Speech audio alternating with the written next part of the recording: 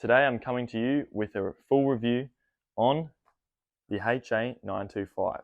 For reference, I'm riding the HA925 on a 75 non-A+ mast, a 70 centimeter fuse paired with a V190 tail.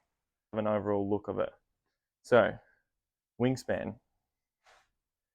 is about as long as my arm. That's really long. And about as skinny as my full hand. So what that means is, first of all, pitch stability and stall speed. This thing has a really high stall speed, and pitch stability is very touchy. It definitely has to be tamed and worked out. You can't just expect someone to jump on this and just be able to ride it and not go like this when they're learning. That does come with the efficiency of the wing. That's the con of the efficiency. It is a small con once you tame it, but it is there. So let's talk about glide and pump. The glide and pump on this thing is insane. It cuts through the water because of this fine leading edge, a really sharp knife through paper. This thing just, when you got it up around here and the water's coming around here and you've got it going, it cuts through it like anything. It is awesome. When you have it at that efficient speed, the glide that this wing has, paired with a 70 centimeter fuse and a tail that has basically no drag or the similar kind of capabilities. Talk about turnability. This thing does rip. It does rip. Don't let anyone tell you that it doesn't turn hard, because it does.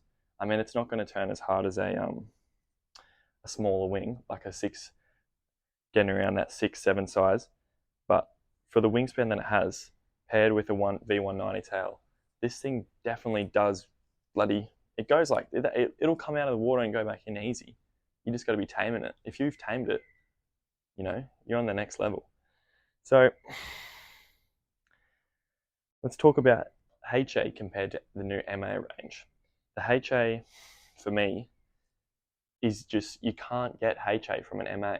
Talk about mast position and weight over the board. So definitely this wing does not provide as much lift as, say, even a HS1250.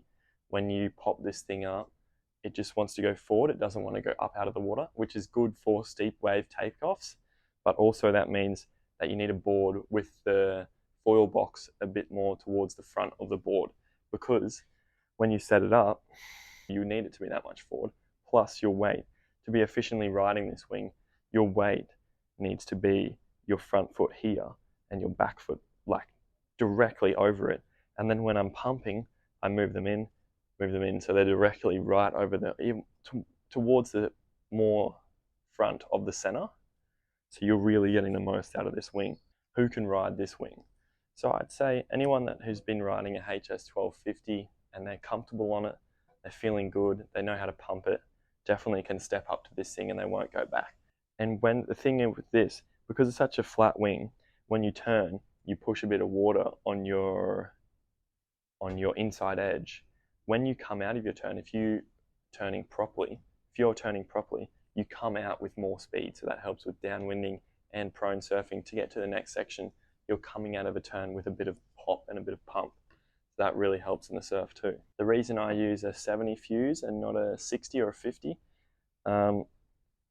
the 70 fuse helps with, if you can visualize, say this is the water going across my mast here. As I pump up and ride it down, it's a more linear movement rather than. So what foiling activities can you do with this wing? Prone surfing, obviously. Awesome for prone surfing. Catching vertical waves, dropping in, because this thing doesn't give you much lift initially. It's awesome. It just bloody rides through it. Downwinding. I've downwinded this thing in about, I don't know if I have any clips of that, but I've downwinded this thing in about 12 knots of wind with no current coming against it. You're just riding the tiniest little bit of swell, and as long as you have the mast up high and you are capturing that peak energy out of that little tiny wind swell, this thing will go forever. Another con of being so efficient is it has to be going fast. It doesn't like to be going slow. It has two speeds. It's either flat out or it's flat. And that might sound bad, but when we're being honest with ourselves, we want to ride flat out. You want to be pushing the limits, and you want to be hauling ass. So, you know, you can all say the speed range is good, or if you come down from a turn and you're getting a bit slow after hitting the whitewash, that's fine. This will still do it, and you'll come out with a bit more speed, and you'll have to ride it and give it a pump. But it still gets there, and it still comes out of it. I mean, I know you can go a bit slower, but, you know, go quick, mate. That's my review on the HA925.